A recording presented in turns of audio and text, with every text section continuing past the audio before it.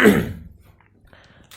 Everyone, मैं सौरभ दिल्लीवार आप सबका स्वागत करता हूं हमारे यूट्यूब चैनल पे, जहां हम लोग भारत का इतिहास पढ़ रहे हैं। ठीक है, और भारत के इतिहास में अभी पढ़ रहे थे क्या, आधुनिक भारत का इतिहास, जिसमें पिछली क्लास में हमने पढ़ा है गोलमेज सम्मेलनों के बारे में। ठीक है, 3 गोलमेज सम्मेलन हम पढ़ चुके हैं, जहां पर तृतीय गोलमेज सम्मेलन के बारे में देखे थे। और देखे थे क्या कि इस समय तृतीय गोलमेज सम्मेलन के समाप्त होने के पश्चात एक श्वेत पत्र जारी किया गया था, एक श्वेत पत्र जारी किया गया था। साथ ही साथ लॉर्ड लिनलिथगो की अध्यक्षता में ब्रिटिश संसद की एक संयुक्त समिति बनाई गई है, और उस समिति की सिफारिश के आधार पर क्या है, 1935 का भारत शासन अधिनियम आया है। 1935 का भारत शासन अधिनियम आया था, और जिसके प्रावधानों के बारे में आप संविधान में पढ़ चुके हैं। ठीक है, उसको यहां पर मैं इलेबोरेट नहीं करूंगा। ठीक है, 1935 के भारत शासन अधिनियम के बाद जो टॉपिक है वो अपन आज स्टार्ट करने वाले हैं। टॉपिक क्या हमारा, 1937 का प्रांतीय चुनाव। 1937 का प्रांतीय चुनाव। ठीक है, हमने पढ़ा है कुछ देर पहले क्या, 1935 में क्या है, भारत शासन अधिनियम, और उस अधिनियम में प्रांतों में पूर्ण स्वायत्ता, प्रांतों को पूर्ण स्वायत्ता प्रदान करने की बात कही गई है। 1935 के भारत शासन अधिनियम के अनुसार प्रांतों को पूर्ण स्वायत्ता प्रदान करने की बात कही गई है, और इसी कारण 1937 में क्या हो रहा है, प्रांतों में अब चुनाव होने वाला है, प्रांतों में चुनाव होने वाले हैं। और उस चुनाव में कांग्रेस ने पार्टिसिपेट किया। जब कांग्रेस ने इस चुनाव में पार्टिसिपेट किया, ध्यान देना, इस समय भारत में कुल 11 प्रांत है, कुल 11 प्रांत है, वहां पर चुनाव है, कुल 11 प्रांतों में चुनाव हुए हैं, और 11 प्रांत में से 5 प्रांतों में कांग्रेस को पूर्ण बहुमत, स्पष्ट बहुमत मिला है। ठीक है, याद रखना आपको, कुल 11 प्रांत में चुनाव हुए हैं, और 11 प्रांत में से 5 प्रांतों में कांग्रेस को पूर्ण बहुमत या स्पष्ट बहुमत मिला है। 5 प्रांतों में कांग्रेस को पूर्ण बहुमत मिला है, जबकि बंबई, असम और उत्तर पश्चिम प्रांत में, बंबई, असम और उत्तर पश्चिम प्रांत में कांग्रेस सबसे बड़े दल के रूप में उभरी है। कांग्रेस सबसे बड़े दल के रूप में उभरी है। मतलब क्या है, यहां पर स्पष्ट बहुमत तो नहीं मिला है, लेकिन सबसे ज्यादा वोट किसको मिला है, कांग्रेस को मिला है। सबसे ज्यादा वोट बंबई, असम, उत्तर पश्चिम प्रांत में कांग्रेस को ही मिला है। हालांकि यहां पर स्पष्ट बहुमत नहीं मिल पाया है, लेकिन जो कांग्रेस पार्टी है वो बंबई और असम और उत्तर पश्चिम प्रांत में भी सबसे बड़े दल के रूप में उभरी है, और यहां पर भी इन तीनों प्रांतों में भी कांग्रेस की सरकार बनेगी। हालांकि उनको स्पष्ट बहुमत नहीं मिला है, लेकिन अपने सहयोगी दलों को, जो उनके सहयोगी हैं, उनको मिलाकर क्या बनेगी, मिलीजुली सरकार बनेगी। इसमें कांग्रेस क्या होगा, कांग्रेस का वर्चस्व होगा। मतलब क्या है, जो 5 प्रांत हैं वहां पर, और साथ ही साथ 5 प्रांत में क्या मिला, बहुमत मिला है, और 3 प्रांत जहां पर स्पष्ट बहुमत तो नहीं मिला था, लेकिन कांग्रेस सबसे बड़ी पार्टी है। इन 8 प्रांतों पर अब क्या बनने वाली है, कांग्रेस की सरकार बनने वाली है। जबकि 3 प्रांतों में मतलब बंगाल में, पंजाब में और सिंध में, यहां पर कांग्रेस बहुमत से वंचित रही है। यहां पर स्थानीय पार्टियों ने, स्थानीय दलों का वर्चस्व रहा है। यहां पर कांग्रेस बहुमत से वंचित रही। कौन कौन से प्रांत हैं, बंगाल में, पंजाब में और सिंध में, यहां पर कांग्रेस बहुमत से वंचित रही है। अब ध्यान देने की बात क्या है कि मुस्लिम लीग को किसी भी प्रांत में स्पष्ट बहुमत नहीं मिला, किसी प्रांत में बहुमत नहीं मिला है। मुस्लिम लीग को किसी भी प्रांत में बहुमत नहीं मिला है, और ना ही वह किसी प्रांत में सबसे बड़े दल के रूप में उभरी है। मतलब क्या है, मुस्लिम लीग अब बैकफुट पर है, और अब कांग्रेस से बहुत ज्यादा क्या है, वो लोग चिढ़ गए, कांग्रेस से बहुत ज्यादा चिढ़ गए, क्योंकि यहां पर किसी प्रांत में उन्हें बहुमत नहीं मिला है, और ना ही किसी प्रांत में वो सबसे बड़े दल के रूप में उभरी है। मतलब क्या है, मुस्लिम लीग अभी पीछे आ चुका है, जन समर्थन उनका हिल चुका है। इसीलिए अब कांग्रेस और मुस्लिम लीग के मध्य जो खाई थी वो अब और गहरी हो गई है। अब ठीक है, अब जब प्रांत में सरकार बन गई है, तब सरकार अपने दायित्वों का पालन कर रही है। अब 2 साल बाद एक महत्वपूर्ण घटना होने वाली, क्या, सेकंड वर्ल्ड वॉर, या फिर बोलना चाहिए द्वितीय विश्व युद्ध। कब से कब तक हुआ है, 1939 से 1945 तक चला, क्या, द्वितीय विश्व युद्ध। ठीक है, द्वितीय विश्व युद्ध 1939 से 1945 तक, जब जर्मनी ने पोलैंड पर आक्रमण किया, वहां से युद्ध शुरू होगा। और जब अमेरिका ने जापान पर परमाणु बम गिराया, ठीक है, हिरोशिमा और नागासाकी पर जब जापान पर परमाणु बम गिराया गया अमेरिका के द्वारा, तब सेकंड वर्ल्ड वॉर का होगा समाप्त, सेकंड वर्ल्ड वॉर समाप्त होगा। शुरुआत कैसे हुआ है? जर्मनी ने पोलैंड पर आक्रमण किया, वहां से युद्ध शुरुआत होगा। और जब अमेरिका ने हिरोशिमा और नागासाकी पर आक्रमण किया, वहां परमाणु बम गिराया, वहां पर यह युद्ध समाप्त होगा। क्लियर है?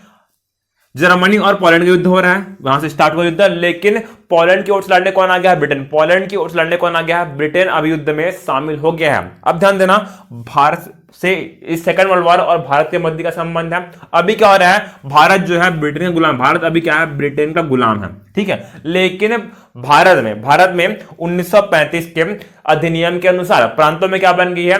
सरकार बन गई है, और केंद्र में भी इनका क्या कुछ प्रतिनिधित्व है, कुछ ना कुछ प्रतिनिधित्व है। और इस भारतीय जनता के जो विधानमंडल में लोग हैं, उनको पूछे बगैर है, ठीक है, भारतीय लोग जो विधानमंडल बैठे हुए हैं, उनकी सहमति के बगैर ही, उन्हें पूछे बगैर ही ब्रिटिश सरकार ने भारतीयों को युद्ध में शामिल कर दिया है। मतलब ये घोषणा कर दी गया कि इस युद्ध में जो भारत है ब्रिटेन की ओर से शामिल होगा। यह घोषणा इंग्लैंड के द्वारा या ब्रिटेन के द्वारा कर दी गई है। और भारतीयों को जो लोग यहां विधानमंडल बैठे हैं, उन्हें यह बात बहुत ही अपमानजनक लगी है। उन्हें यह मंजूर नहीं है कि बिना किसी इंफॉर्मेशन के, बिना किसी जानकारी के ही भारतीयों को युद्ध में सम्मिलित कर दिया गया, उनकी अनुमति के बिना ब्रिटेन के द्वारा। इसी कारण इस बात का विरोध करने के लिए कांग्रेस ने 22 दिसंबर 1939 को कांग्रेस के मंत्रिपरिषद के द्वारा इस्तीफा दिया गया।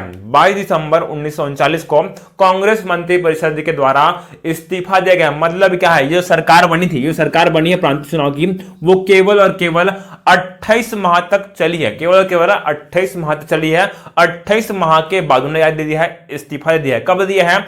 22 दिसंबर 1939 को कांग्रेस मंत्रिपरिषद के द्वारा सामूहिक रूप से इस्तीफा दिया गया। जब सामूहिक रूप से इस्तीफा दिया गया, तब मुस्लिम लीग ने यह दिवस, मतलब 22 दिसंबर का दिन, मुक्ति दिवस के रूप में मनाया है।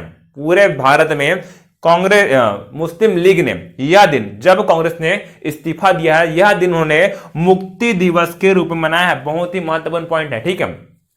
शोक दिवस कब मनाया गया, अपमान दिवस कब मनाया गया, और ये मुक्ति दिवस कब मनाया गया, ये सब आपको याद रखना है। जब कांग्रेस मंत्रिमंडल ने सेकंड वर्ल्ड वॉर में भारत को सम्मिलित किए जाने के विरोध में सामूहिक रूप से इस्तीफा दिया। कब दिया है? 22 दिसंबर 1939 को।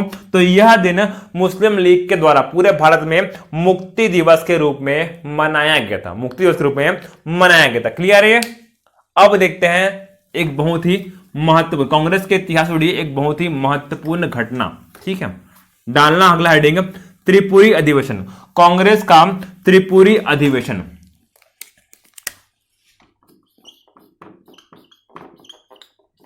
कांग्रेस का त्रिपुरी अधिवेशन बात कब की है? 1939 की। कब की बात है? 1939 की बात है। ध्यान देना। इससे पहले क्या हुआ है? हरिपुरा अधिवेशन हुआ। क्या हुआ है? हरिपुरा अधिवेशन हुआ है। कब? 1938 में। 1938 में। हरिपुरा कहां है? गुजरात में। और इस अधिवेशन में जब कांग्रेस का सम्मेलन हुआ है, तब सुभाष चंद्र बोस जी क्या बनाया गया है? अध्यक्ष बनाया गया था। सुभाष चंद्र बोस जी को कांग्रेस का अध्यक्ष बनाया गया था इस हरिपुरा अधिवेशन 1938 में, ठीक है। और उसके ठीक एक साल बाद क्या हो रहा है? कांग्रेस का त्रिपुरी अधिवेशन। क्या हो रहा है? कांग्रेस का त्रिपुरी अधिवेशन हो रहा है 1939 में। त्रिपुरी कहां है? मध्य प्रदेश में। कहां है त्रिपुरी? मध्य प्रदेश में, जबलपुर के पास में जगह है, नाम क्या है? त्रिपुरी। और इस स्थान पर भी क्या हो रहा है? कांग्रेस का अधिवेशन हो रहा है 1939 में। ध्यान देना, एक साल पहले ही सुभाष चंद्र बोस जी हरिपुरा अधिवेशन में कांग्रेस के अध्यक्ष निर्वाचित हुए थे। और एक साल बाद जब कांग्रेस का अधिवेशन हो रहा है, तब अध्यक्ष की रेस में फिर से खड़े हुए कौन? सुभाष चंद्र बोस जी अध्यक्ष की रेस में फिर से खड़े हुए हैं। अभी क्या हो रहा है? कांग्रेस के अंतर्गत दो गुट बन चुके हैं, एक युवा वर्ग और एक बुजुर्ग वर्ग, ठीक है। जो गांधी जी हैं, उनके पास अच्छा एक्सपीरियंस है, और वो अहिंसा के मार्ग पर चलते हुए अनुनय विनय के द्वारा सविनय अवज्ञा के द्वारा या असहयोग के द्वारा, ठीक है, ब्रिटेन की सरकार को भारत से भगाना चाह रहे हैं, जबकि जो युवा वर्ग है वो कुछ अलग तरीके से, कुछ अलग माध्यमों से ब्रिटेन को यहां से भगाना चाह रहा है। दोनों का एम यही है कि भारत को आजाद करना है, बस रास्ते अलग हैं, बस रास्ते अलग हैं। और युवा नेताओं में सबसे प्रमुख कौन है? सुभाष चंद्र बोस जी हैं। सुभाष चंद्र बोस जी सबसे प्रमुख है। ठीक है, बैकग्राउंड चलता हूं, हालांकि अभी की बात नहीं है, इसके बाद ये पिक्चर क्लियर होगा। जो गांधी जी हैं या उनके गुट के जितने लोग हैं, उनका क्या मानना है कि अगर इस सेकेंड वर्ल्ड वॉर में ब्रिटेन की सरकार को यह बोले कि हम आपको तभी समर्थन देंगे जब आप ये घोषणा कर दो कि इस सेकेंड वर्ल्ड वॉर के बाद भारत को आजाद कर देंगे। अगर आप यह आश्वासन दोगे तो भारतीय लोग इस युद्ध में आपकी ओर से लड़ेंगे, ऐसा कांग्रेस का एक दल चाहता है। मैं गांधी जी नहीं बोल रहा हूं, मैं गांधी जी यहां पर नहीं बोलना चाहूंगा। ठीक है, कांग्रेस का एक जो गुट है वो चाहता क्या कि इस युद्ध में ब्रिटेन को सपोर्ट करेंगे, लेकिन तभी जब वह यह लीक कर दे या फिर आश्वासन दे कि इस युद्ध के पश्चात वह भारत को आजाद कर देगा। जबकि जो दूसरा गुट क्या मानता है कि इस युद्ध में ब्रिटेन का साथ न देकर ब्रिटेन के अपोनेंट जो है कौन है? जर्मनी का साथ देते हैं ना, तो जर्मनी हेल्प करेगा भारत को आजाद होने में, क्योंकि यहां पर इसको जर्मनी के साथ दे रहे हैं, तो क्यों ना जर्मनी के साथ दें और ब्रिटेन को भारत से उखाड़ के फेंक दें, ऐसा दूसरे गुट का मानना है। और इन दोनों के बीच क्या हो रहा है? अब वैचारिक संघर्ष हो रहा है। क्या हो रहा है? वैचारिक संघर्ष पनप चुका है भारत में। ठीक है, इसका प्रभाव देखने को अपन को उधर मिलेगा। अभी क्या हो रहा है? सुभाष चंद्र बोस जी 1939 में त्रिपुरी अधिवेशन में भी अध्यक्ष पद के लिए उम्मीदवार बने गए हैं, और उनके अपोज में गांधी जी ने अपना खुद का कैंडिडेट खड़े किया। कौन है उनके अपोज में? पट्टाभी सीतारमैया जी। कौन है? पट्टाभी सीतारमैया जी।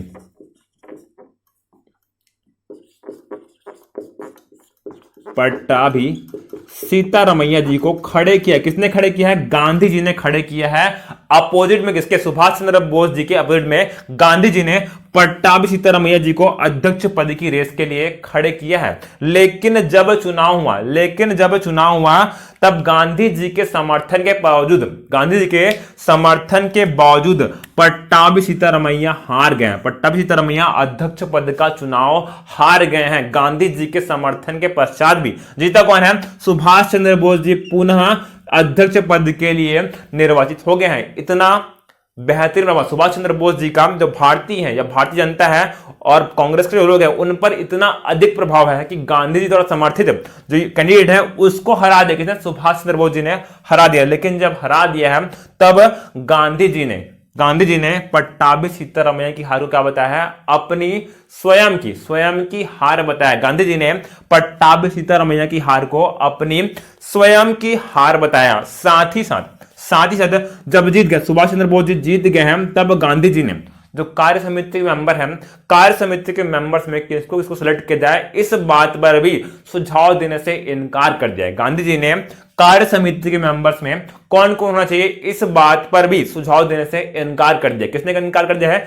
गांधी जी ने इनकार कर दिया। और बात को बिगड़ता हुआ देखकर अब सुभाष चंद्र बोस जी करेंगे? कांग्रेस से इस्तीफा देंगे। बात को बिगड़ता हुआ देखकर अब सुभाष चंद्र बोस जी ने कांग्रेस से इस्तीफा दे दिया और अब फॉरवर्ड ब्लॉक की स्थापना की है। अब सुभाष चंद्र बोस जी ने फॉरवर्ड ब्लॉक की स्थापना की है। कब बनाइए? 1939 में। कब बनाया? 1939 में सुभाष चंद्र बोस जी ने कांग्रेस से अलग होकर अब फॉरवर्ड ब्लॉक की स्थापना कर दी गई है 1939 में। एक क्वेश्चन और पूछा गया है, जब सुभाष चंद्र बोस जी ने कांग्रेस के त्रिपुरी अधिवेशन से इस्तीफा दिया है, तब किसे कांग्रेस का अध्यक्ष बनाया? तब किस व्यक्ति को कांग्रेस का अध्यक्ष बनाया गया? ध्यान देना, डॉक्टर राजेंद्र प्रसाद जी को इस त्रिपुरी अधिवेशन का अध्यक्ष बनाया गया है। जब सुभाष चंद्र बोस जी ने कांग्रेस के पद से इस्तीफा दे दिया, कांग्रेस के अध्यक्ष पद से इस्तीफा दिया है, तब डॉक्टर राजेंद्र प्रसाद जी को कांग्रेस का अध्यक्ष बनाया गया, ना कि बनाया गया इसको पट्टाभी सीतारमैया को। अगर ऑप्शन में ये है तो आप लोग टिक नहीं करेंगे। ठीक है, ये चुनाव हार गए हैं इसलिए इन्हें अध्यक्ष नहीं बनाएंगे। लेकिन जीते कौन थे? सुभाष चंद्र बोस जी जब छोड़ दिए हैं, इस्तीफा दे दिए हैं, तब डॉक्टर राजेंद्र प्रसाद जी को कांग्रेस का अंतरिम अध्यक्ष बनाया गया था। क्लियर है? ये कांग्रेस का अध्यक्ष डॉक्टर राजेंद्र प्रसाद जी को बनाया गया था। ये क्या था? कांग्रेस का त्रिपुरी अधिवेशन, या फिर बोलते हैं इसको कांग्रेस का त्रिपुरी संकट भी इसे कहते हैं, कांग्रेस का त्रिपुरी संकट भी कहते हैं, क्योंकि सुभाष चंद्र के बाद जो बोस जी के पास क्या है, एक बहुत बड़ा फैन बेस है, एक बहुत बड़ा युवा वर्ग उनके साथ साथ चलता है, उनकी बातों पर निर्भय होकर या बेफिक्र होकर आंख मूंद पर उन पर विश्वास करता है, उन पर आंख मूंद कर उन पर विश्वास करता है। इसीलिए क्या बोल रहे हैं कि कांग्रेस अब बोलना चाहिए, विभाजन तो नहीं बोलेंगे, लेकिन कांग्रेस का एक बड़ा वर्ग अब सुभाष चंद्र बोस जी के यहां तक कांग्रेस से अलग हो गया है, और वो सब जुड़े किससे? इस फॉरवर्ड ब्लॉक से जुड़ गए हैं, इस फॉरवर्ड ब्लॉक से अब जुड़ गए हैं। ठीक है, सुभाष चंद्र बोस जी के बारे में और पढ़ेंगे अपन, जब पढ़ेंगे आजाद हिंद फौजी, तब उनके बारे में और पढ़ना अपन डिटेल में। क्लियर है? अभी याद रखना है कि कांग्रेस के त्रिपुरी अधिवेशन में सुभाष चंद्र बोस जी अध्यक्ष बने थे, लेकिन गांधी जी के नाराज होने पर उन्होंने इस्तीफा दे दिया है और फॉरवर्ड ब्लॉक की स्थापना की है। क्लियर है? ये देखते हैं आगे।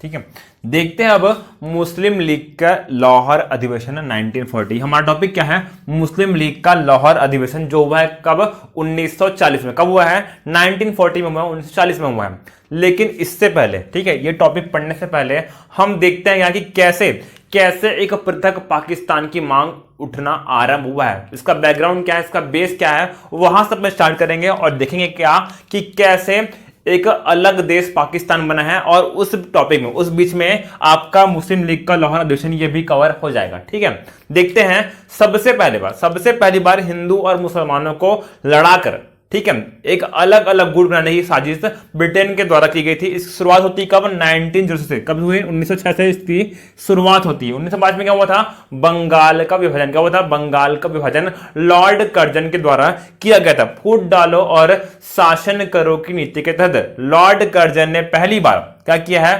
बंगाल का विभाजन किया है, ताकि जो बंगाल में राष्ट्रवाद की भावना प्रबल है वो अब बट जाए, हिंदू और मुसलमान आपस में लड़े और जो राष्ट्रवाद की भावना है वो समाप्त हो जाए। इसी प्रयोजन से उसने क्या किया था? बंगाल का विभाजन किया था। लेकिन बंगाल के लोग कैसे हैं? राष्ट्रवादी है। ठीक है, बहुत हद तक जो कर्जन का उद्देश्य था वो कामयाब नहीं हो पाया।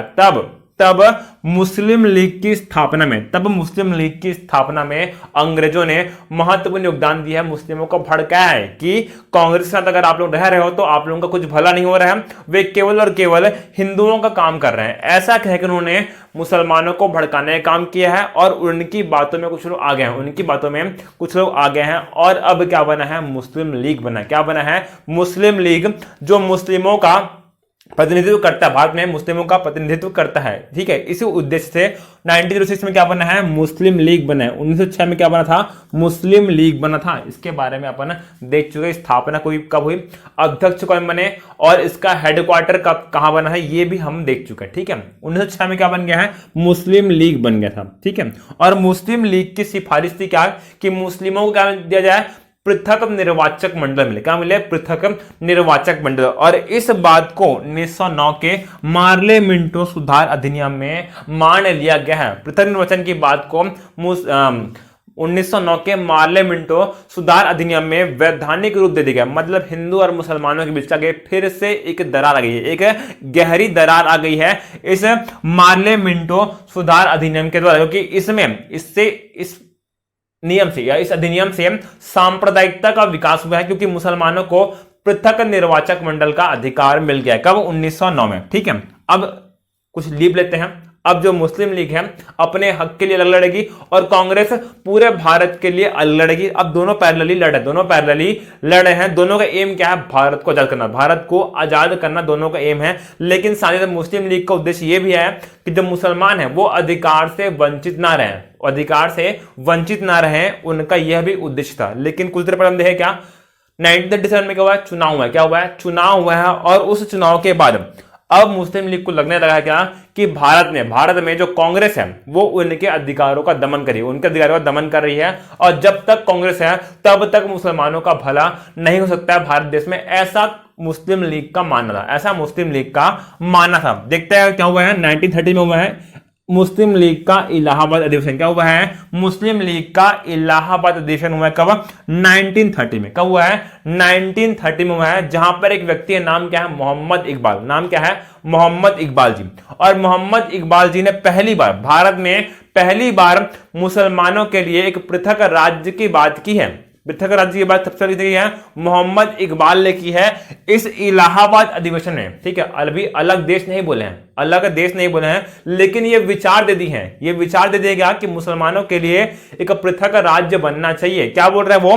कि पंजाब, मतलब बोलना यह था कि अगर मुसलमानों के लिए उनको थोड़ा भी अधिकार है अपने बारे में बोलने का, तो मेरी यह इच्छा है कि पंजाब, उत्तर पश्चिम प्रांत, सिंध और बलूचिस्तान को मिलाकर एक पृथक राज्य बनाया जाए। ऐसा कौन बोले हैं? मोहम्मद इकबाल बोले। कौन बोले हैं? मोहम्मद इकबाल बोले हैं। ये वही है जो गाना लिखे थे, सारे जहां से अच्छा हिंदुस्तान हमारा। ठीक है, ये वही व्यक्ति हैं। ठीक है, लेकिन अब जो अंग्रेजों ने इतनी खटाई डाल दी है, इतने दरार पैदा कर दिए हैं, ठीक है, कि मोहम्मद इकबाल से लोग भी अब एक पृथक राज्य की मांग करने लगे हैं। बोल रहे हैं क्या? कि पंजाब, उत्तर पश्चिम प्रांत, सिंध और बलूचिस्तान को मिलाकर एक पृथक राज्य का निर्माण किया जाए। कि यहाँ पर जो मुस्लिम है वो मुस्लिम बहुल, ये जो क्षेत्र है कैसा है? मुस्लिम बहुल क्षेत्र है, और इसको एक पृथक राज्य बनाना चाहिए। क्वेश्चन आता प्री में कि मुसलमानों के लिए पृथक राष्ट्र के विचार के प्रवर्तक कौन है? मोहम्मद इकबाल है। कौन है? मोहम्मद इकबाल है, जिनके दिमाग में यह पहली बार आया था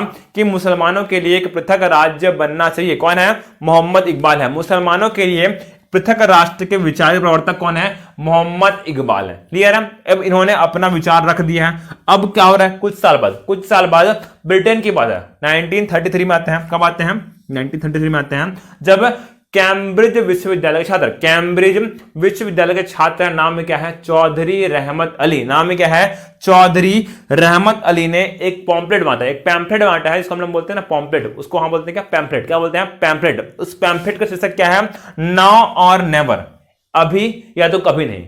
ठीक है, नाउ और नेवर नाम के शीर्षक से उन्होंने एक पैम्फलेट बांटा। किसने बांटा है? चौधरी रहमत अली, जो कैम्ब्रिज विश्वविद्यालय के छात्र हैं। और उस पैम्फलेट में उन्होंने पहली बार पाकिस्तान शब्द का जिक्र किया है। किसने किया है?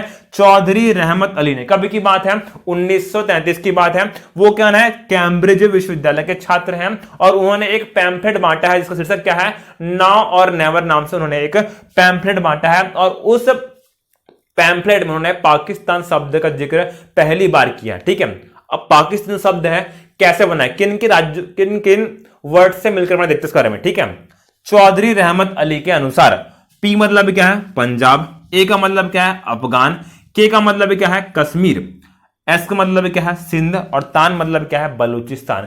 इन सब क्षेत्रों को मिलाकर एक पृथक राष्ट्र बनना चाहिए। बोल रहे हैं कौन? चौधरी रहमत अली कह रहे हैं मुसलमानों के लिए एक पृथक राष्ट्र बनना चाहिए, और इन सब राज्यों को या इनके नामों को मिलाकर इन्होंने एक पाकिस्तान नाम के एक नए शब्द की रूपरेखा खींची। किसने खींची है? चौधरी रहमत अली ने खींची है। ठीक है, फिर से बोल रहा हूं, पी मतलब क्या है? पंजाब, ए का मतलब क्या है? अफगान, के का मतलब क्या है? Kashmir, S for Sindh, and तान किससे बना है? बलूचिस्तान का तान। ठीक है, इन सब शब्दों को मिलाकर उन्होंने पाकिस्तान शब्द की रचना की है। और अब मुस्लिम लीग की मांग क्या है? कि अब उनको अलग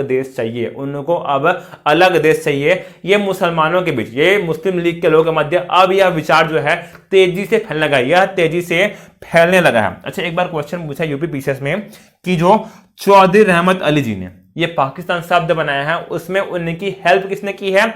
फजल उल हक और सिकंदर हयात खान ने चौधरी रहमत अली की मदद की थी ये पैम्फलेट बांटने में और ये पाकिस्तान शब्द की रचना में। ठीक है, नाम किनका फेमस है? चौधरी रहमत अली का। ठीक है, हेल्प वन क्या है? फजल उल हक और सिकंदर हयात खान ने उनकी मदद की है। अब देखते हैं 23 मार्च 1940 की घटना। 23 मार्च 1940 की घटना देखते हैं। ठीक है, 23 मार्च को ही एक डेट जो है मैं वहां पर हाईलाइट किया था कि ये बहुत ही महत्वपूर्ण डेट है। ठीक है, 23 मार्च 1931 को भगत सिंह जी, सुखदेव जी और राजगुरु जी को फांसी की सजा हुई थी। और 23 मार्च 1940 मतलब 9 साल बाद क्या हुआ है? मुस्लिम लीग का लाहौर अधिवेशन। क्या हुआ है? मुस्लिम लीग का लाहौर अधिवेशन हुआ है। ऐसे ही आपको रिलेट करना है, ऐसा ही डेट आपको याद रखना है। 23 मार्च 1931 को भगत सिंह जी, सुखदेव जी और राजगुरु जी को फांसी की सजा हुई थी। ठीक, 9 साल बाद मतलब 23 मार्च 1940 को क्या हुआ है, मुस्लिम लीग का लाहौर अधिवेशन। क्या हुआ है, मुस्लिम लीग का लाहौर अधिवेशन। हमारे टॉपिक पे आ गया मन, ठीक है, अपने टॉपिक पे हम आ गए हैं। क्या हुआ है, मुस्लिम लीग का लाहौर अधिवेशन हुआ है। अध्यक्ष कौन थे इस अधिवेशन के, मोहम्मद अली जिन्ना। कौन थे, मोहम्मद अली जिन्ना क्या है, इस अधिवेशन के अध्यक्ष हैं। और इस अधिवेशन में पृथक पाकिस्तान का प्रस्ताव पारित कर दिया गया है। इस अधिवेशन में पृथक पाकिस्तान का प्रस्ताव पारित कर दिया गया। मतलब क्या है, आज से मतलब 1940 से लेकर अब मुस्लिम लीग की केवल एक मांग, क्या, कि हमें अलग पाकिस्तान चाहिए, हमें अलग पाकिस्तान चाहिए, हमें अब भारतीयों के साथ नहीं रहना है, हमें एक अलग देश चाहिए। उन्होंने नारा भी दिया क्या, कि बांटो और वापस जाओ। अंग्रेजों को बोला गया कि देश को 2 भागों में बांटो और वापस जाओ, ऐसा उन्होंने नारा भी दिया था। ठीक है, क्या हुआ है अधिवेशन, 23 मार्च 1940 में क्या हुआ है, मुस्लिम लीग का लाहौर अधिवेशन हुआ है। और इसी अधिवेशन में मोहम्मद अली जिन्ना जो कि अधिवेशन के अध्यक्ष हैं, उन्होंने पृथक पाकिस्तान का प्रस्ताव पारित किया। इन्होंने पृथक पाकिस्तान का प्रस्ताव इस अधिवेशन में पारित किया है। ठीक, 3 साल बाद, ठीक 3 साल बाद 23 मार्च के दिन, 23 मार्च के दिन ही 23 मार्च 1943 को मुस्लिम लीग ने क्या मनाया है, पाकिस्तान दिवस मनाया। क्या मनाया है, पाकिस्तान दिवस मनाया है भारत में। किसने मनाया है, मुस्लिम लीग ने मनाया। कब, 23 मार्च 1943 को। ठीक है, आपको याद कैसे रखना है, 23 मार्च 1931 क्या हुआ था, भगत सिंह जी, सुखदेव जी और राजगुरु जी को फांसी की सजा हुई थी।